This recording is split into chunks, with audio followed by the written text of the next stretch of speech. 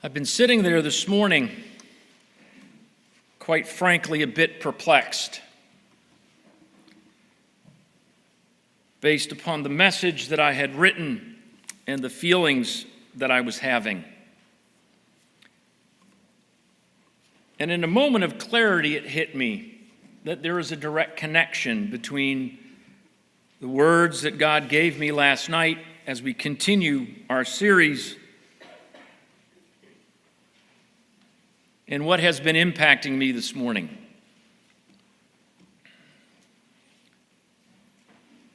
I trust and pray that God will allow me to make the connection before we are done. I want to tell you a story this morning of a young man named Kyle Carpenter. Kyle Carpenter is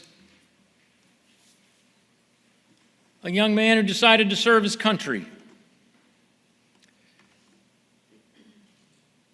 To serve his country at a time when serving your country meant the possibility of conflict and guns and true combat and actual warfare. And decided to do it in the Army. Now, I'm a Navy man myself, and I served at a time where there was no real conflict. And I've always been a little embarrassed about that, to be frank. I served from 1981 to 1990, which, if you know your history, was the end of the Cold War. And I served on submarines, which certainly has its challenges, but is not the same as facing down a gentleman 100 yards away with a rifle striving to specifically kill you. It's different. And the most close I ever got to combat was my submarine was part of the operation that freed the trapped college students in Grenada in 1983. What made that unique for me was my very first patrol ever on the submarine. And we were supposed to go out for 3 days to test some repairs that had been done. And that 3 days turned into 30. And I remember being so new, I was unqualified to do anything. And in some ways, I've never felt so useless in my life, especially when they told us we were going in to support a military operation and there was the possibility of us engaging enemy vessels and to make sure all the torpedoes worked. For a brand new, I guess I was 19, let's see, I would have been 20 at that point. But I think about some of the videos that I have seen on YouTube that have been filmed by soldiers in combat and news reports, and I am humbled every time I meet true veterans.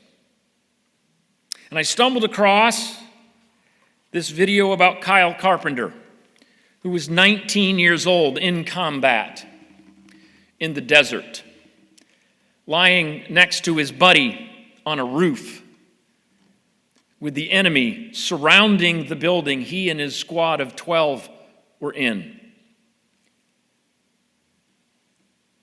And he and his buddy were on post, they call it. That's essentially a lookout duty, spotting the enemy en masse approaching the house that they were all in. And in a good tactic for the enemy, they knew that there would be folks on top of the roof, so they threw grenades on top of the roof in order to take out the observers who would watch their approach. And as Kyle and his colleague sat there, a grenade landed right next to Kyle, and without hesitation, Kyle dove on top of the grenade, which then exploded. In Kyle's words, I don't remember much about that day before or after.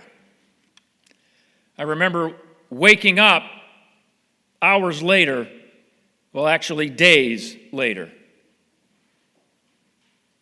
And I cannot begin to describe what his condition was like but I can describe what it took to bring him back to a state of reasonable health. It took 40 surgeries. Facial and bone reconstructive surgery because his jaw had been blown off. 40 surgeries over 3.5 years. And this 19-year-old kid who threw himself on a grenade for his brethren. Now, the only reason I know Kyle's story is because he received the Congressional Medal of Honor for his valor. He is the youngest living recipient of the Congressional Medal of Honor in U.S. history. Now, what does it take to make a young man? You know, we, as a society, we tend to look at our youth when we're older, and we don't understand them. And we look at them sometimes even with disdain.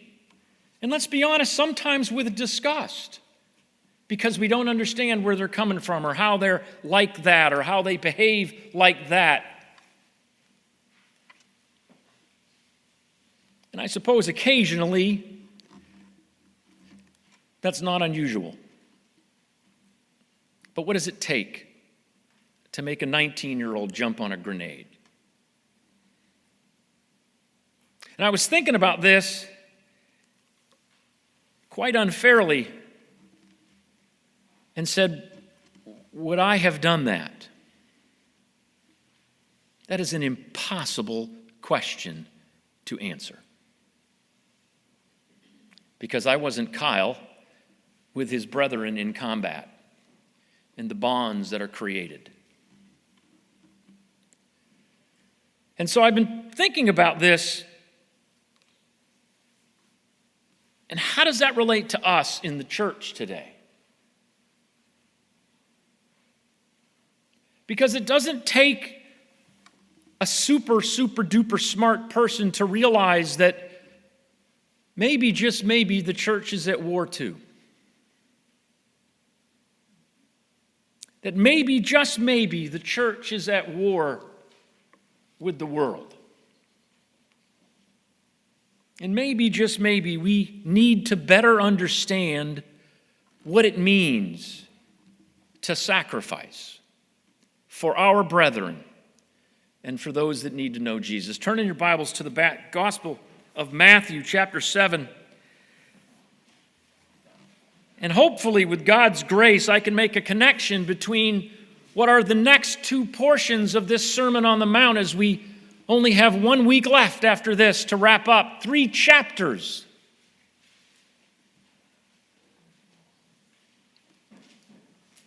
Of great truth told by Jesus. That if each and every one of us would fully comprehend and understand just this sermon in its entirety and would alter our conduct, I'm not so sure the church would be at war with the world, but the world would be clamoring for the church. We start in Matthew 7, verse 12. So whatever you wish that others would do to you, do also to them.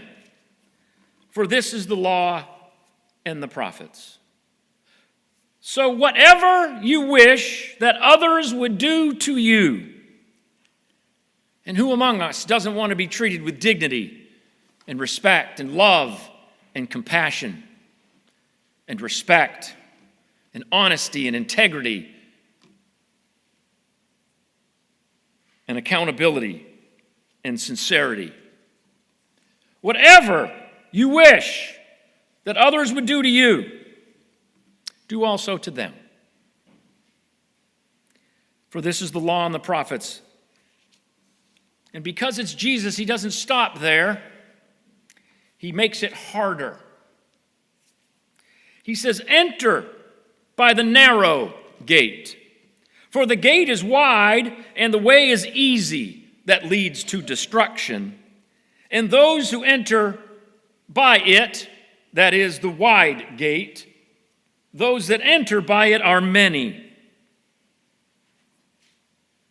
For the gate is narrow, and the way is hard that leads to life, and those who find it are few. The gate is narrow, and the way is hard that leads to life. And I think this is more of an Army saying than a Navy saying, and forgive me because it's almost borderline crass, but there's an expression that military life is hard for those that are in it, and sometimes they know they're in it. And there is no way past the obstacle. When you have to crawl through a swamp to attack an outpost, there's nothing joyous about being in a swamp. Critters and leeches and bugs and excrement and blah, just nasty stuff to voluntarily crawl into a swamp. And the Army has a saying, it says, embrace the suck. Again, it's a little crass, and I realize that. I say it with sensitivity, but understand the message. The message behind that saying is, I know it's going to be hard. Embrace it. Move into it. Adopt it as yours. Narrow is the gate that leads to life. Embrace it. Yes, it's hard. It's hard when someone talks ill of you to ignore them. Not to call up your friends and say, do you know what so-and-so just said about me? I will tell you that it's very interesting being a leader. And I don't mean a pastor, I mean a leader of any organization. Because as a leader, you are forced to make decisions. And any decision you make, if you've ever been a leader at anything, even just a mom or a dad, sometimes you just got to choose A over B. And sometimes when you choose A, those that wanted B are not happy with your decision to choose A. How many have been there at least once in your entire life? Yep, see, this is a common thing. We've all been there. We've all had to choose A, and then the people who like B don't like it, and then they start whining. Would you ever start a project or try to get your kids to do something and it was hard for them? And they didn't want to do it because it was hard. You know, they thought it was going to be all fun, and you try to make it fun, and you go, let's go shovel the driveway, it'll be great. And then halfway through the driveway, you realize you're the only one shoveling because they've quit. They're just done. We put our kids in the martial arts when they were young, because I wanted them to learn the importance of discipline. We used to have a saying that if my children were here today, and they're all in their own churches now, and that's both awesome, exciting, and terrible. But we had a saying, when a job is once begun, leave it not until it's done, and be a matter great or small, do it well or not at all. And I raised my kids on that, and if I started that, they would give me the faces. If I said, and when a job is once begun, they go, and be it done until it's done, and be a matter great or small, leave it on. That's what they did when they were like 14. But when they got into college, they learned the importance of that phrase. Because when you're writing that report and it's due in the morning and it's 2 o'clock in the morning and you still have 5 pages to write, you better get creative. And you better get it done because your grades depend on it. Whatever you wish for others to do to you, do also to them. How is it you want to be treated when you go to the store? My soon-to-be daughter-in-law, just a couple weeks now. She'll be my official daughter-in-law. December 11th is the wedding. and she works at Hobby Lobby as a cashier. How many know that cashiers are not always treated with kindness and dignity and respect? And sometimes you just have to take it. Because do unto others as you would have them do unto you is not do unto others as they have just done to you. That is not the same thing. And sometimes customers don't treat the cashiers with awesome love. But our job is to do unto others as we would have them do unto us. And so it's necessary for us to exhibit love and patience and kindness at all times. For that is what we are called to do. Those who serve often don't get to choose where, how, when, or under what conditions they serve, but they serve nonetheless. Every church I know of every year requests volunteers to serve on teams or committees or in leadership positions. And there's always somebody that goes, well, I would, but I don't feel like I'm capable or worthy. No, you're not. Let's just get that over with. You're not worthy. Neither am I. You're probably not capable. That's okay. I prove that at least once a month. It's not about being capable or being worthy. It's about being willing. Today we have a deacon training going on after church. We invite anybody to attend. I was speaking with one person about being a deacon, and they said, no, not yet. And that's okay. That's a fine answer, because they followed it up with, maybe next year. I'm going to keep working on me. I like that answer. It's okay. It was a no, but it was a very polite no. But it's a fine no, because they got the point of service, which is to grow yourself so you can serve. So we invite you to come today. But let me ask you this. How do you want others to treat you?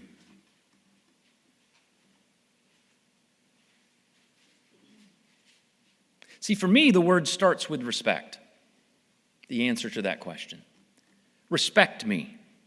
Not because of my title or my position, but because I'm a fellow human being. Let's start with respect. Maybe we can work from respect up to love, but let's start with respect.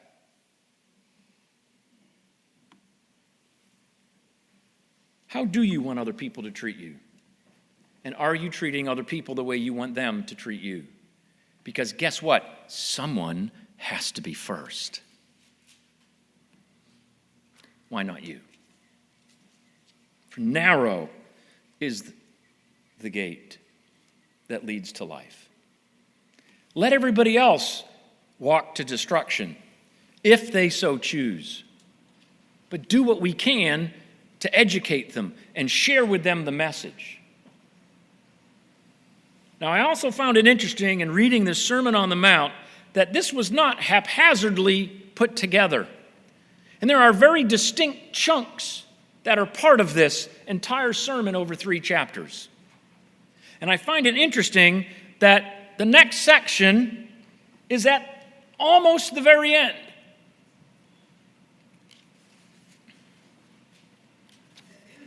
And that's Matthew 7:15 through 20. Beware of false prophets who come to you in sheep's clothing, but inwardly are ravenous wolves. You will recognize them by their fruits. Are grapes gathered from thorn bushes or figs from thistles? So every healthy tree bears good fruit. But the diseased tree bears bad fruit. A healthy tree cannot bear bad fruit, nor can a diseased tree bear good fruit. For every tree that does not bear good fruit is cut down and thrown into the fire. Thus you will recognize them by their fruits. For 3 chapters, Jesus has been talking about how you should live. And towards the very end of explaining chapter after verse after verse after verse of how we are supposed to live, preceding this, he says, do unto others as you would have them do. Like everything I just got done talking about. All that list of how we should be behaving. Now do unto them. And then he cautions it, but look for their fruit. When you are sharing the message of salvation with people, pay attention to their fruit. I'm in some counseling with a bunch of different couples right now, and it's awesome and feel like we're making an impact. One of them had never been to church before. As a young person in their 30s, they had never been to church before. And yet somehow they were still a decent person. Without all the teachings of Christ, they were still a decent person. But they had never been to church.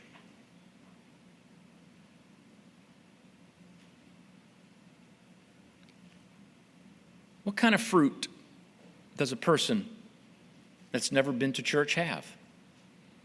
It's not necessarily all bad fruit, is it? Because there's some people who've been to church many years and they have lots of bad fruit. Because I would say that if our church was a vineyard, not every tree is healthy. I've yet to be part of a church where the entire church is healthy. Amen? Because we're all growing trees. And sometimes diseases come into us through the wind and through the world, or we lose focus, or we experience pain, and pain manifests itself in so many different ways. Or we let our ego get the best of us, and then we start talking about other trees in the vineyard, in the forest. Our job as those who desire, I hope, to bear good fruit, our job is to do unto them the way we want them to treat us. And maybe by us doing that, we will help them turn away from bad fruit and turn back to good fruit. I was on the submarine with 120 people. There was some bad fruit. There was some good fruit. There were some trees that didn't even know there were trees yet.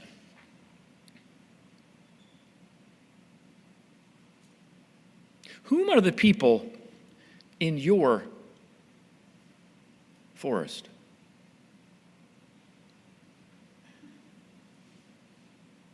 Which of those are you responsible for? I know one that you're responsible for. Anyone want to guess who that is? Yourself. Somebody said it. In the ether, somewhere behind me. Yeah, you're responsible for your own tree. Now, I know there's a few wives in here who think they're responsible for their husband's tree. No elbows, please, if you're sitting next to your spouse. There's a few husbands that think they're responsible for their wife's tree.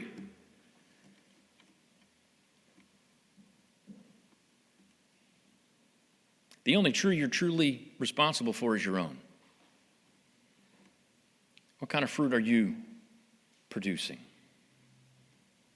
Are you producing good fruit? Are you producing bad fruit? Somebody gave me an exercise years ago.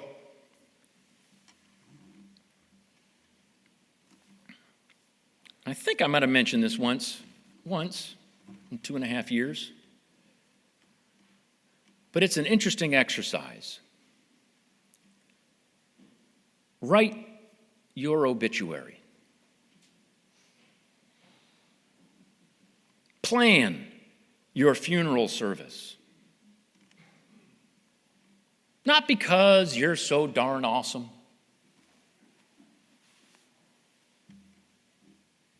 But answer the question, What do you truly want to be remembered for?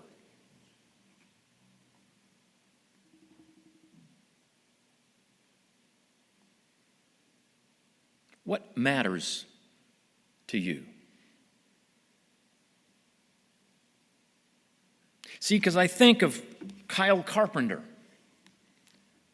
at 19 years old on a roof in a combat zone. And what was important to him was not his own life, it was protecting the lives of the buddy lying next to him. And in a moment, he made a choice, and he literally jumped on a grenade. He broke 30 bones in his right arm alone. I didn't even know there were that many bones in an arm. I guess if you include all the fingers and stuff. 30 in one arm. Punctured right lung. Literally blew the bottom half of his face off. He didn't do that because he wanted to get the Congressional Medal of Honor. He did that to protect the guy lying next to him. We live in a world where there are hand grenades being thrown. Thank God that's not literal.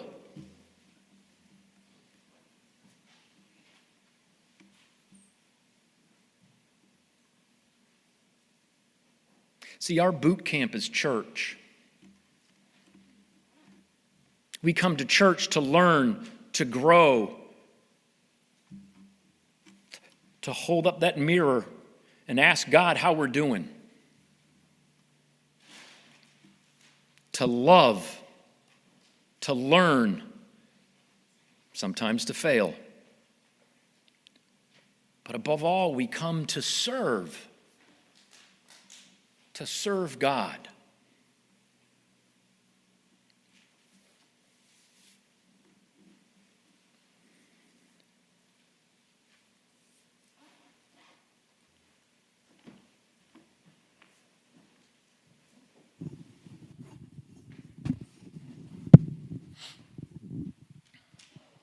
This morning is Veterans Day. Well, our celebration of it. And earlier you saw a group of people up here that at some point in their lives said, I'm going to serve. They didn't know what they were getting into. They didn't know if they were going to survive. Some of them served knowing they were going in combat. Some of them maybe served because they were drafted. But once there, they decided to serve. We live in a world that struggles with that word serve because the word that goes along with it is sacrifice. And in case you haven't noticed, the world is becoming more and more about me. Now, I don't mean like me personally. I mean, it's becoming more and more about the individual people and what they can get out of it. That is the exact opposite message from Scripture.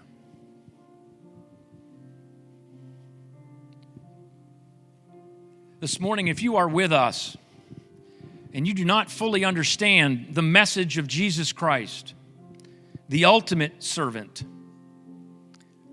let me wrap up his life in just a few words. I came so they might have life and have it more abundantly. And he did. He came. And he gave us an example of what service means. And he gave of his life so that you could live. Now, we're mortal. We will die a mortal death at some point. But you can have life if you simply say yes to Jesus. Now, I'm not going to stand up here this morning and try to tell everything that means, because the information in of itself isn't going to do it anyway. It's a heart thing. It's not a head thing. But I encourage you to say yes to Jesus. It's very simple. It's not complicated. It's, dear Lord, I'm a mess. I've proved that throughout my life. Look at my decisions, my choices, my actions, and the struggles I've gotten myself in. I'm a mess. And I need you to help me not be a mess. I don't know what it means to accept you, but I'm willing to take the step. I'm willing to say, Jesus, come into my heart.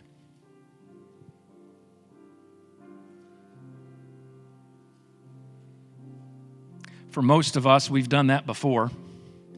Maybe many years ago, maybe decades ago. And hopefully we've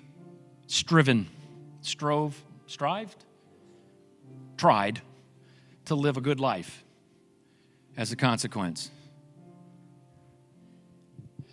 But as I heard a speech recently from Denzel Washington, he said, I've left God, but God never left me. Most of us have had periods like that, where our relationship with Jesus kind of goes up and down, doesn't it? It's funny how we get closer to him when things are hard, and then when things start going well again, we just kind of don't take him as serious.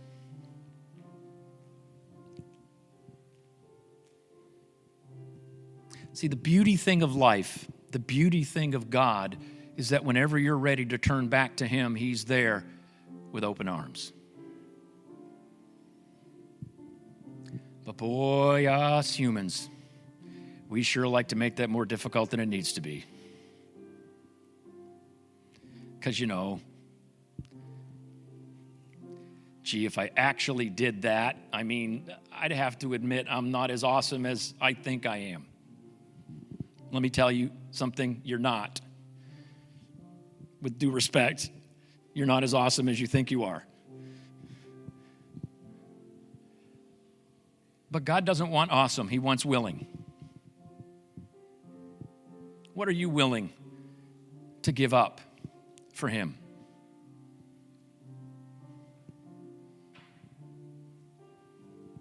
Are you willing to give up sleeping in? You willing to give up travel plans? Willing to give up a little bit of money? Imagine if the tithe was 50%. Boy, that'd be a challenge.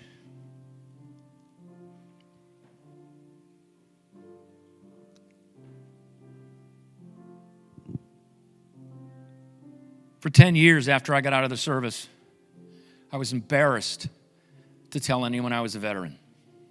It's truth. Because I didn't do anything, there wasn't any wars. And then I realized that I voluntarily said, whatever you want of me, country, I'm yours. Doesn't make me any better than anybody else, but I was willing. Maybe I just wanted to leave Mama's house. But I was willing. But see, every day God is asking us, what are you willing to do for me because I died for you? As we sing this morning, would you think about this question? Is Jesus not only in my heart, but have I moved myself out of the way too? And given him complete residence?